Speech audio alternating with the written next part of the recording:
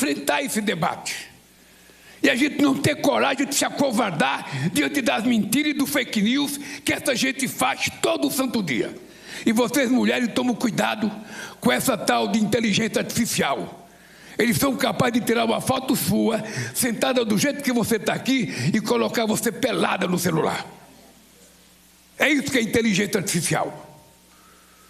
Ele é capaz de tirar uma foto da Érica, vestidinha do jeito que ele está, com a perna cruzada, e amanhã aparecer no celular a Érica sentada pelada aqui.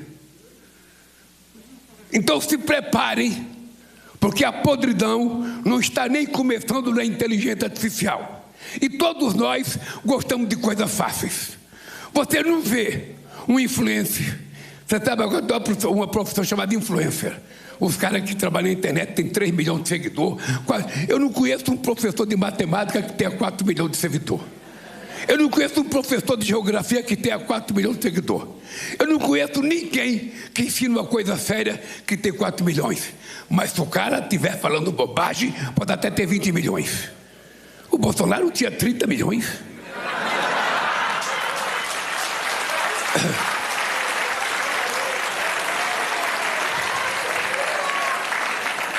Então é assim, gente. É mais fácil acreditar numa mentira. Porque, na verdade, você tem que provar. A mentira você não tem que provar. Eu falo que o cara não presta, você acredita. Você nem conhece o cara, por que você acredita, porra? É procurar conhecer o cara. Então nós estamos vivendo um mundo da mentira. Nós estamos vivendo uma situação muito delicada. Vocês vivem no celular. Levanta de manhã, nem beija o marido, já pega o celular. O marido nem beija mais, já pega o celular. Vai deitar, ao invés de dar um beijinho, vai pegar o celular. Vai ver notícia, meia-noite. Morreu um ganso, morreu um pato, morreu um cachorro, sabe?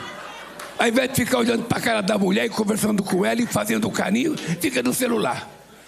E muita mulher também fica no celular.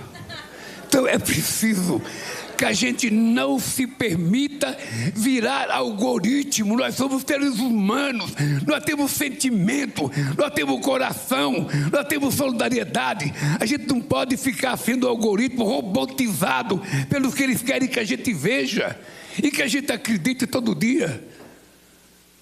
É preciso que a gente se lembre que vai ter uma eleição. E é importante se lembrar que se a gente não for esperto, a mentira vencerá a verdade. Então eu estou contando essa história para vocês, porque eu vou dizer como que é as coisas. Fique esperto. Fique esperto. Vocês viram que destruir, com 3 porradinhas que eu dei, destruir 2 moedas que demorou tempo para fazer. Com 2 porradinhas. Então, para destruir, é muito fácil. Eu sei como é que nós pegamos esse país em 2023. Eu sei como é que nós pegamos esse país. Portanto, esse país hoje nós terminamos o 3º mandato com a menor inflação acumulada em 4 anos da história do Brasil, com o maior aumento da massa salarial, com o maior número de trabalhadores com carteira profissional assinada, com o menor desemprego da história do Brasil e com a maior exportação da história do Brasil. Em apenas 3 anos. E nós vamos fazer um comparativo. Vamos fazer um carteiro. Quem é melhor? É o Flamengo ou é o Palmeiras? O Flamengo provou que era melhor. O Flamengo provou que era melhor. Tá? Quem era melhor? O Vasco ou o Corinthians? O Corinthians provou que era melhor. Foi o campeão da Copa Brasil. Então, nós estamos chegando na hora da verdade. Quando vocês receberam uma notícia no Zap, antes de vocês passarem para alguém, se certifique se o canalha que passou para vocês não está reproduzindo uma outra coisa que o outro canalha fez. Porque se a gente não fizer isso, eu vou contar uma coisa, Gleice. Desde pequeno, eu ouço os religiosos dizerem, e eu também professava o mesmo discurso, de que o Brasil não poderia ter cassino. Vocês ouviram isso? O Brasil não podia ter cassino. Aliás, nem jogo de bicho o Brasil podia ter. O jogo do bicho é contravenção. Todo mundo joga, mas todo mundo sabe que é tratado como bandido, mas todo mundo joga. A mulherzinha levanta de manhã, vai com o papelzinho no padeiro lá. Borboleta. Jacaré. Mas é contravenção. E todo mundo sabe que a igreja evangélica católica dizia, sabe, cassino pode. Porque o pobre vai gastar dinheiro. Porque o pobre não vai entrar em cassino. Não tem nem como chegar lá. Agora, o que aconteceu? O que aconteceu? O cassino entrou dentro da casa da gente para a criança de 10 anos pegar o telefone do pai e jogar.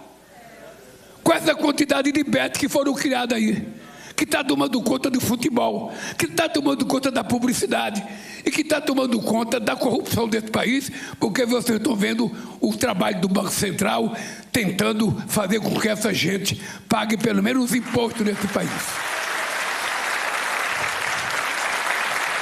Então, companheiros, a luta é dura. Eu vou descer, vou te dar um beijo daqui a pouco. Tá? Tá bem? Você não pode subir aqui, mas eu vou descer. Se Maomé não vai à montanha, a montanha vai até você. Tá bem? Eu vou terminar contando uma coisa para vocês. O que eu penso da vida do nosso povo. Como é que nós precisamos distribuir renda nesse país? Eu tenho um discurso que eu digo o seguinte: muito dinheiro na mão de poucos significa miséria. Ao contrário, pouco dinheiro na mão de muitos significa distribuição de riqueza. Isso você nunca ouviu numa aula de economia onde você estudou economia, Galípolo? Nunca. Ninguém aqui que é economista, você nunca viu, Guilherme? Nunca viu. Porque os economistas brasileiros têm um dogma de copiar os grandes astros, não sei das contas. Eles citam o nome que eu nem sei citar. Mas é tudo a mesma coisa, de direita e esquerda. São todos os mesmos. Mas eu aprendi uma coisa que é o seguinte. Vamos supor que isso aqui fosse uma cidade. Tá? Esse salão aqui é uma cidade. Uma cidade... 1, 2, 3, 4, 5, 6, 7, 8, 9, 10, 250 pessoas. Eu aprendi a contar rapidamente assim. 250 pessoas tem uma cidade.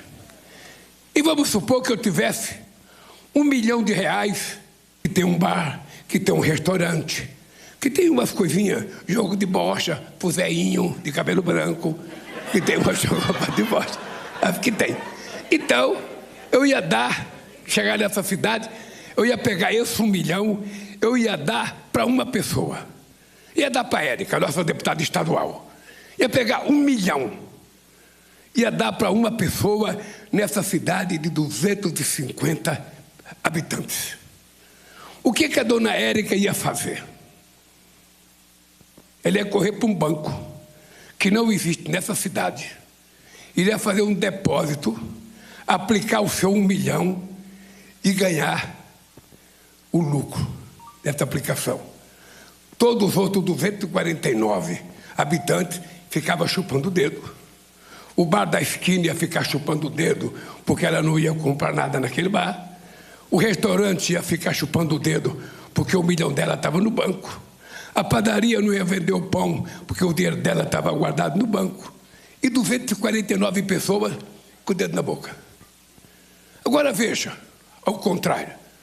Se eu chegasse nessa cidade de 250 habitantes e pegasse o mesmo 1 milhão e fosse distribuir em partes iguais por 250 milhões de habitantes, todo mundo iria receber R$4.000. O que iria acontecer na cidade? Todo mundo ia frequentar mais a padaria. Todo mundo ia frequentar mais o bar.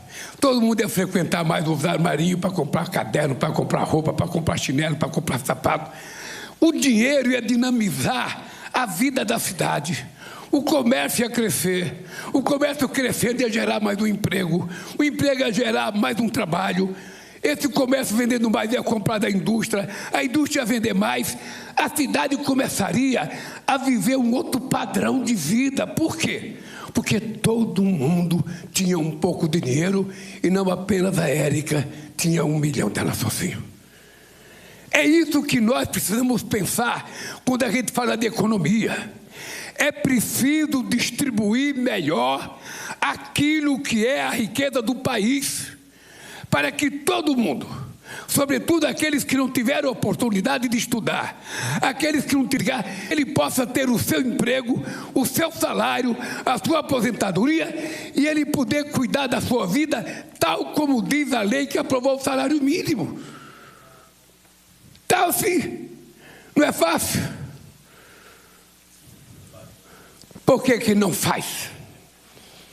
Você lembra que vocês votaram para deputado nas últimas eleições?